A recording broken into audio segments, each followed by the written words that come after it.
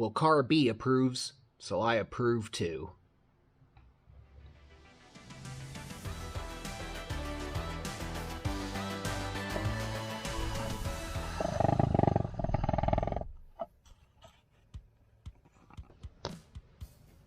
Let's open it up.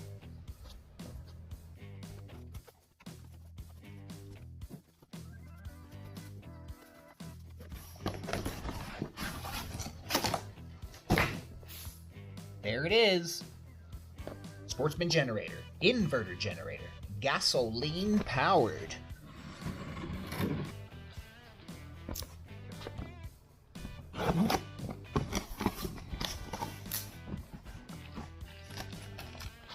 Manual.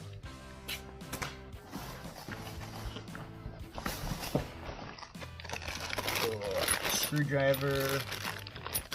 Looks like some accessories. 12 volt.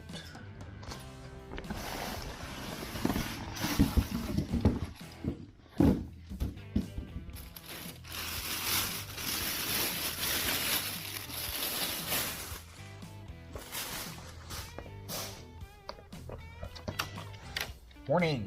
Generator is shipped without gasoline or oil. Must add gasoline and oil before use.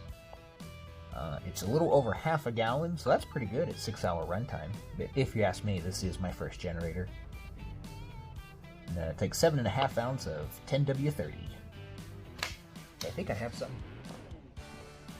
Oh, I lied. I only have 530.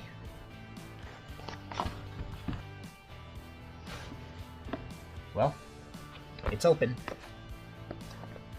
I have to go purchase some oil. I suppose I could run it with the 530, but I don't want to ruin it, and I'd like to keep the warranty intact. Let's look at the front of this.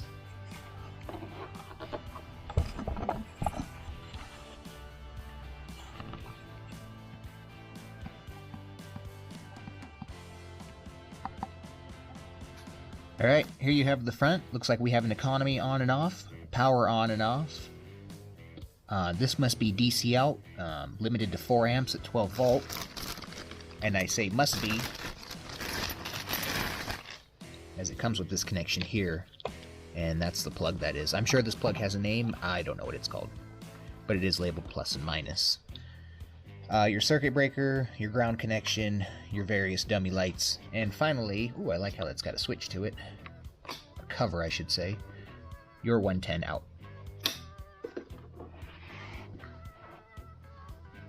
We got oil, choke, primer bulb.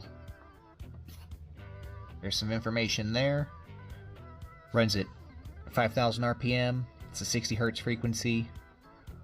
It's just a one phase. Max output 1,000 watts at 120 volts. Rated output about 800. Here's the back. Looks like we got a little exhaust port. Oh, how cute. Don't touch the X. And finally, just the logo from we saw earlier. Up here, just some more information.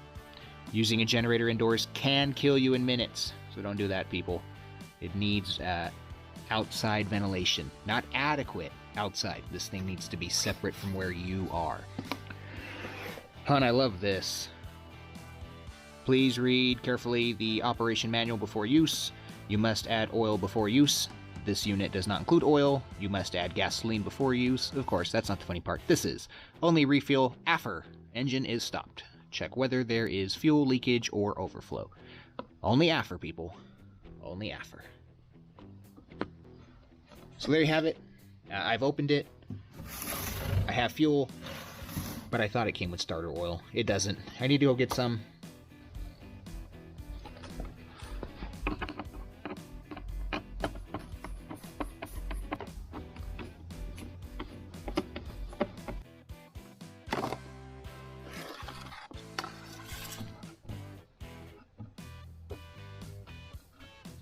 Let's get you some light.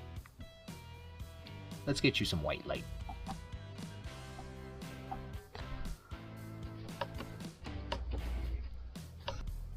It's got a little dipstick infill port.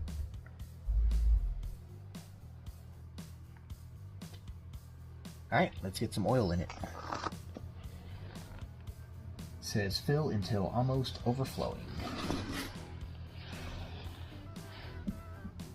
I guess that works a little better.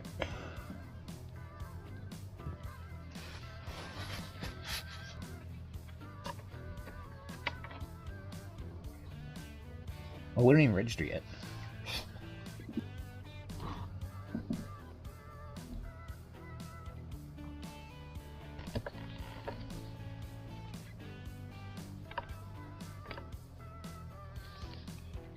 Oh, perfect.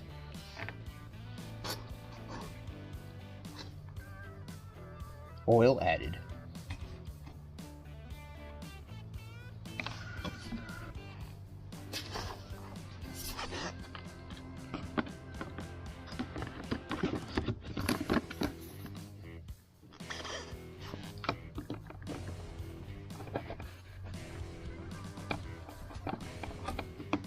Yet here I am. Or if you got any kind of torque setting on your crack this. I say that as I hit the camera. Alright, we are full of oil. Time for gasoline. I thought some kind of gasket had fallen in there. There's some red. So I pulled this out. This is the fuel filter, and while I thought that was like a hose gasket, that's actually just a piece of red plastic. So when this is set all the way in correctly, that is where the fuel level will go to, so you can see it. Quick tidbit there.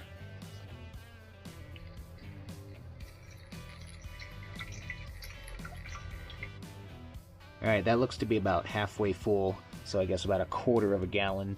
In case I have an issue, it's not much less to dump out. Let's fire it up. Alright, so starting procedure should be turn the fuel cap air vent knob to open. That's this guy up here. Turn the petcock to on. That's this switch over here. Adjust to closed. Choke on the side. Push the primer until the glass is full. There we go. Starting to pump now. This is the first startup, so we're going to prime it.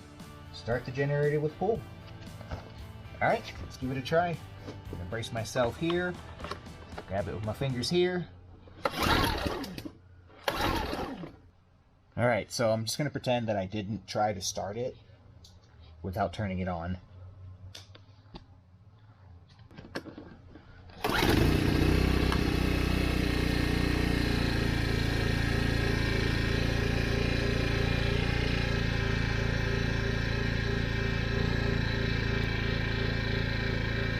There you have it. This is me talking a little bit louder, but far from yelling, in reference to how loud the generator is.